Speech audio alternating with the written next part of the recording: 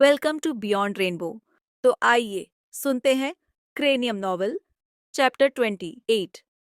फिनिया ने रेस्टोरेंट से लौटने के बाद सोफे पर बैठते हुए बुआ से पूछा कि वो क्या कर रही है। वे कमरे की मालकिन के ठीक बगल में बैठी थी और देखा कि भूसाया की नज़र सामने कंप्यूटर स्क्रीन पर टिकी हुई थी, जिसने पहले पूछे गए सवाल का जवाब देना जरूरी नहीं समझा और बस एक छोटा सा कह दिया, जिससे साफ था कि उसने फीनिया का सवाल सुना था। फीनिया ने मजाक में कहा कि कोई जवाब नहीं होता, और फिर दोबारा पूछा कि वो क्या देख रही है। बुआ ने बताया कि जिस दिन वे यूनिवर्सिटी में प्रोफेसर रमेश से मिली थी, तब से उसे अजीब सा लग रहा है, इसलिए उसने उसके बारे में कुछ इन्फॉर्मेशन निकाली है। फिनिया ने ये सुनकर क्यूरियोसिटी से पूछा कि अजीब से उसका क्या मतलब है। बुआ ने अनसर्टन आवाज में जवाब दिया कि उसे खुद भी ठीक से नहीं पता, इसलिए उसने प्रोफेसर रमेश के पब्लिश्ड रिसर्च को देखना शुरू किया। जब फीनिया ने पूछा कि क्या उसे कुछ मिला, तो बुआ ने फ्लैट टोन में कहा कि कुछ भी नहीं। ये जवाब फीनिया को उलझन में डाल रहा था।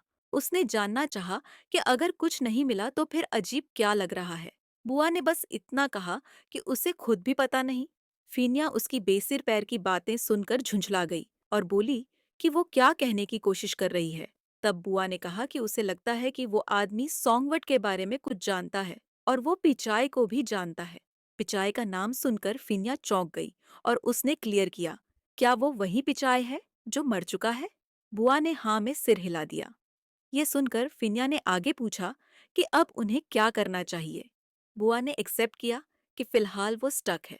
उसे लग रहा था कि वे कुछ हासिल कर रहे हैं और साथ ही कुछ भी नहीं। उसने एक लंबी सांस ली और सोफे पर पीछे टिक गई। फिनिया ने सोचा कि अब आगे क्या करना चाहिए और बुआ से मदद मांगी। बुसाया ने कहा कि उनके पास दो क्लाइंट्स हैं। एक वो जिसका भाई प्लेन क्रैश में मरा था, जबकि दूसरे के बारे में उन्हें अब तक कोई जानकारी नहीं थी। इसके अलावा एक ब्रोकर भी था जो उस मरने वाले को जानता था।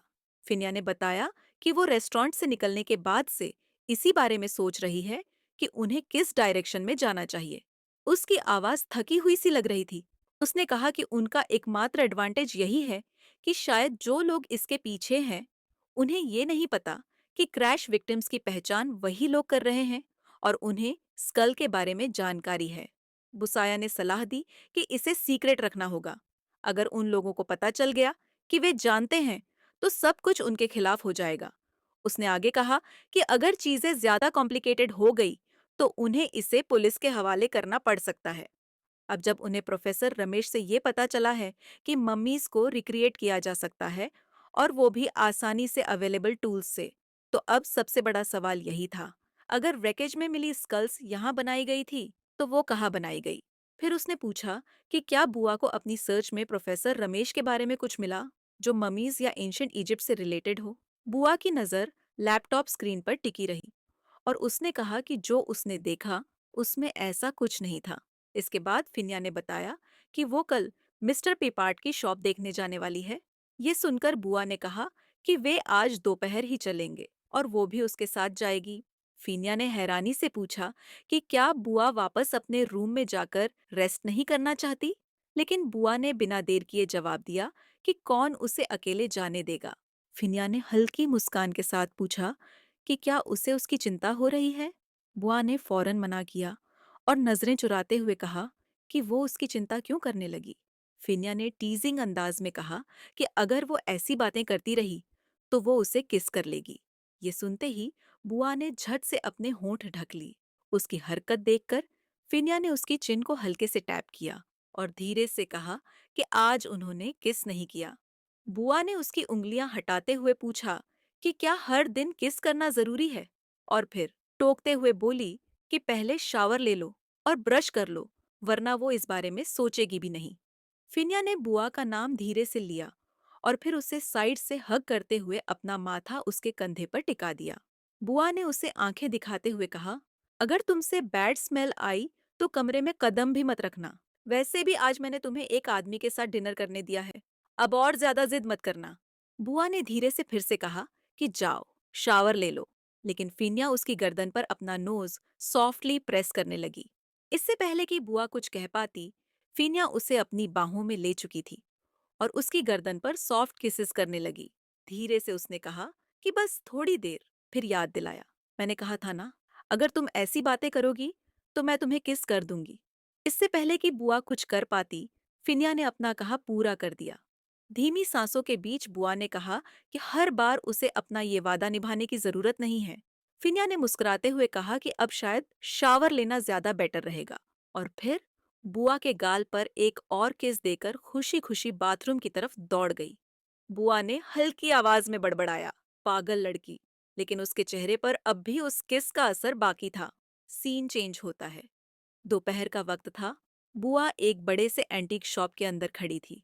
उसने चारों तरफ नजरें दौड़ाई और इंटरेस्ट के साथ सब कुछ देखा। उसे समझ आया कि उसने इससे पहले कभी ऐसे किसी जगह का एक्सपीरियंस नहीं लिया था। सच तो ये था कि वो ज्यादा बाहर निकलती ही नहीं थी। बेडरूम और रिसर्च बिल्डिंग के बीच ही उसकी सारी दुनिया सिमटी हुई थी। पिछले कुछ महीनों में उसने जितना बाहर समय बिताया था, उतना तो उसने पिछले 10 सालों में भी नहीं बिताया। एक रिसर्चर की जिंदगी कुछ ऐसी ही होती है। अपनी लेबोरेटरी की दीवारें बेडरूम से ज्यादा देखी जाती है। कई बार तो बेडरूम और लैब एक ही जगह बन जाते हैं, जो कि काफी डिप्रेसिंग भी होता है। अच्छा हुआ कि बुआ ने फैंग की तरह मॉलिक्यूलर बायोलॉजी नहीं चुना, जो रात के 2-3 बजे तक अपने एक्सपेरिमेंट्स के रिजल्ट्स पढ़ते पढ़ते सो जाती थी। लेकिन अगर उसने फिनिया जैसा कोई एक्शन ओरिएंटेड रास्ता चुना होता, तो शायद वो उसमें भी कामयाब नहीं हो पाती। उसे वो सब बहुत ओवरपावरिंग लगता। फिर भी वो अपने चुने हुए रोल को लेकर प्राउड थी और उसे पूरी मेहनत से निभाती। बुआ एक बड़ी सी वुडन फ्रेम को देख रही थी, जिसके किनारों पर एक गोल्डन ममी का डिजाइन बना था। उसका प्राइस टैग देखकर वो दंग रह गई। 650,000 बाट। वैसे मेरे सभी भारतीय लिसनर्स के लिए जो सोच रहे हैं कि इंडियन करेंसी में ये कितना होगा, करीब 16,15,000। चलो, एक गूगल सर्च तो बच ही गया। अब वापस कहानी पर आते हैं। उधर फिनिया भी पूरे इंटरेस्ट के साथ घूम रही थी। भले ही वहां रखी 90% चीजों के बारे में उसे कोई खास नॉलेज नहीं थी। वैसे भी उसे ऐसे सब्जेक्ट्स में कभी दिलचस्पी नहीं रही।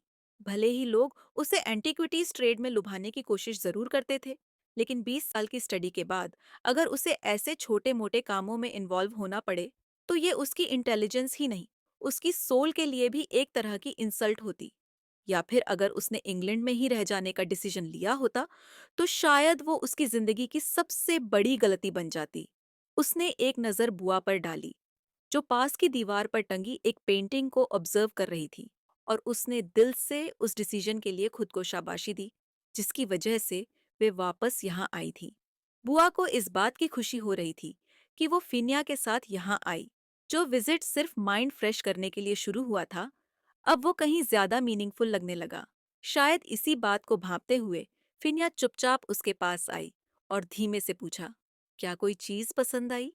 बुआ ने अपनी ग्लासेस एडजस्ट की ताकि वो आइटम्स के प्राइस टैग्स ठीक से देख सके, और कहा, सच कहूं, मुझे इनमें से कोई भी वर्क पहचान में नहीं आ रहा, और अगर मुझे ये पता ही नहीं कि ये क्या है, तो मैं इनकी वैल्यू कैसे अप्रिशिएट करूं?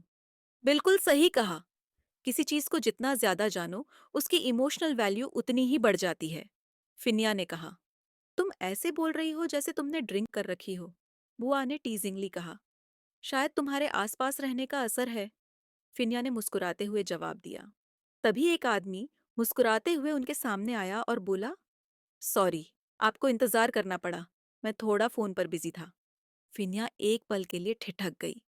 उसका चेहरा बिल्कुल मिस्टर पिचाई जैसा लग रहा था, जो कि कुछ समय पहले हुए प्लेन क्रैश में मारा गया था।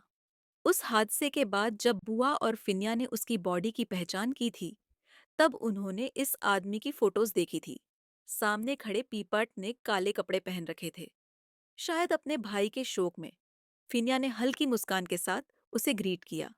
उसे पूरा यकीन था कि अगर उसने अपने कार्ड सही से खेले, तो इस आदमी से उस रहस्यमयी स्कल के बारे में कुछ न कुछ जरूर पता चल सकता है। हालांकि इस शॉप को देखकर सीधे सीधे ऐसा कोई कनेक्शन एंशियंट इजिप्शियन आर्टिफैक्ट्स से नहीं लग रहा था। पिपाट ने पूछा कि क्या कुछ खास ढूंढ रहे हो? फिनिया ने कैजुअली जवाब दिया कि बस जगह इंटरेस्टिंग लगी तो देखने चले आए। सोचा कुछ डेकोरेटिव आइटम्स देख ले। पिपाट ने उन्हें कुछ यूरोपियन स्टाइल के एंटीक्स दिखाए। तभी बुआ की नजर एक ग्लास केस पर पड़ी, जहां आई ऑफ होरस के आकार का एक मेटल एमुलेट रखा था, जो इजिप्शियन मिथोलॉजी में एक पावरफुल सिंबल माना जाता है। बुआ ने उसकी तरफ इशारा किया और कहा कि उसे इससे कुछ कनेक्शन सा फील हो रहा है। फिनिया ने भी उसकी बात का साथ दिया और पूछा कि क्या वो कुछ और देख सकते हैं। पिपट ने एक एल्बम निकाला जिसमें स्टोर के पुराने आइटम्स की फोटोज थी। बुआ एल्बम पलट ही रही थी कि तभी उसकी नजर एक फोटो पर अटक गई। उसने धीरे से फिनिया का नाम लिया और एक फोटो की तरफ इशारा किया जिसमें एक आदमी ने कार्व्ड वुडन फ्रेम पकड़ा हुआ था।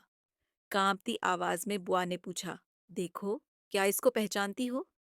फिनिया ने फोटो को ध्यान से देखा, मानो जैसे वो अपनी याददाश्त में किसी चेहरे से उस फोटो को मैच कर रही हो। कुछ देर बाद उसने हल्के से सिर हिलाया, जैसे फाइनली उसे कुछ समझ आ गया हो। बुआ ने खुद को संभालते हुए कहा कि ये फ्रेम उसे बहुत पसंद आया है। फिर पूछा, क्या ऐसा कोई और भी है आपके पास?